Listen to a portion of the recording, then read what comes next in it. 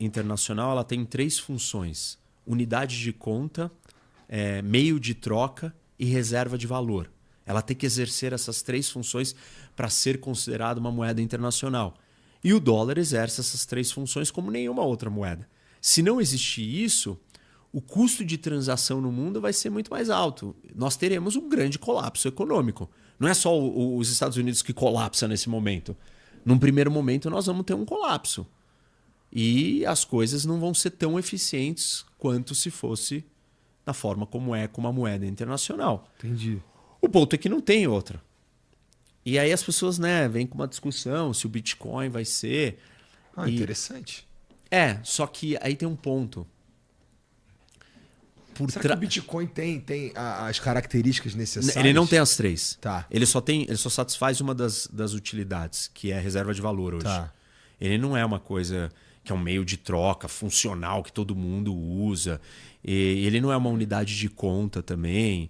Ele tem uma base por trás no dólar, de stablecoin. Tem toda uma coisa complexa. Mas mesmo assim, em última instância, para mim, a parte mais complexa é que todo esse jogo geopolítico é um jogo entre nações. Então nós estamos falando da saída do pound, da libra, para a chegada do dólar. E aí, se não vai ser o dólar, vai ser a China. O Bitcoin não é de nenhum país. Isso significa que nós abdicamos das nações como a força suprema do mundo. E eu não acho que o mundo está preparado para isso. E a gente pode fazer uma associação aqui que se o Bitcoin é uma moeda autônoma, digital, eletrônica, que não tem uma autoridade central, ele é uma moeda que está muito mais perto do mundo que a gente descreveu no começo da conversa hoje do que do mundo convencional humano. Eu não estou dizendo que ele é uma moeda não humana, mas eu estou dizendo que ele não parte de um princípio, de uma instituição, de uma confiança, de uma solidez, de alguma coisa, de uma instituição que respalda a existência dele. Ele é abstrato, sozinho e autônomo. Mas o dólar vem perdendo valor real em relação ao ouro, por exemplo, ao longo dos anos também, não é? Do ponto de vista econômico direto, sim, por causa da escassez. E esse é o argumento da galera que é evangélico do Bitcoin, fanáticos. Que o fato do Bitcoin ser escasso, ele garante que o Bitcoin nunca vai perder valor. Mas o ponto é que você precisa de um garantidor em última instância. A potência do ouro ela foi criada ao longo de muito tempo. E o que garante? É só escassez? Essa sua pulseira aí que está no seu pulso também é escassa. Entendeu? Não pode ser só isso. Tem que ter algo a mais por trás. Alguns vão dizer, é a tecnologia do Bitcoin. Tá bom, mas e as instituições? O ser humano ele é baseado em confiança, em instituições. E assim, eu consigo imaginar vários cenários geopolíticos de crise geopolítica onde o mundo digital não está funcionando. E se o mundo digital não está funcionando, desculpa, o Bitcoin não funcionou. E vai acabar o flow também, se o mundo digital não tiver funcionando. Isso, e aí você já está preparado para... Você vai distribuir panfletos, você vai fazer uma transmissão de rádio. Vou voltar Você vai fazer uma transmissão de rádio. Provável que a gente vá fazer uma transmissão de rádio também. É possível, Porque é uma onda, tal, é diferente, não precisa da rede digitalizada e tudo bem.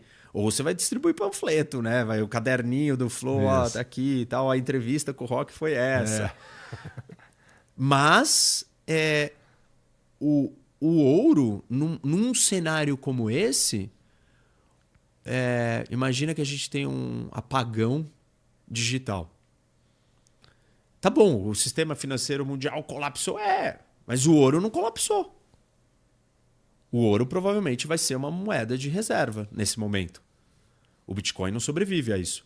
E nem as moedas convencionais. Tudo bem, mas eu não estou falando isso. Eu só estou desenhando cenários onde a gente possa enxergar, entendeu? O que situações que não são só absolutas em relação ao Bitcoin.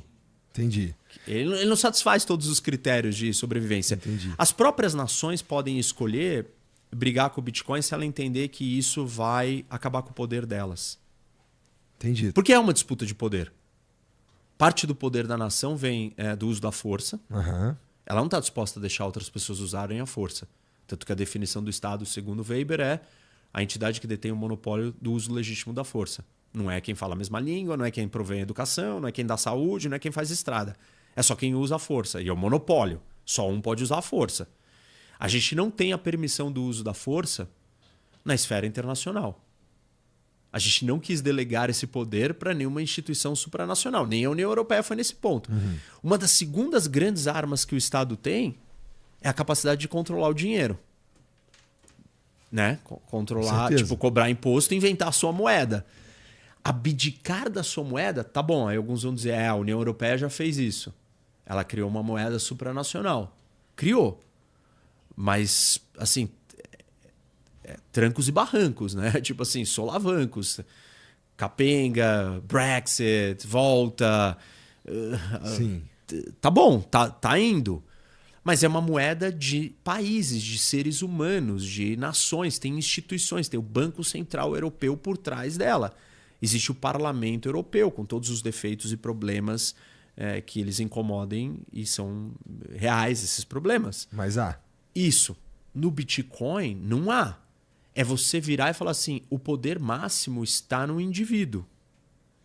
E eu acho curioso isso de um ponto de vista filosófico e psicológico para o dono do Bitcoin, que é o defensor máximo dessa ideia. Sim. Ele pega o dinheiro dele, seu Bitcoin, e fala, tá bom, peguei o Bitcoin. Onde ele vai viver com esse Bitcoin?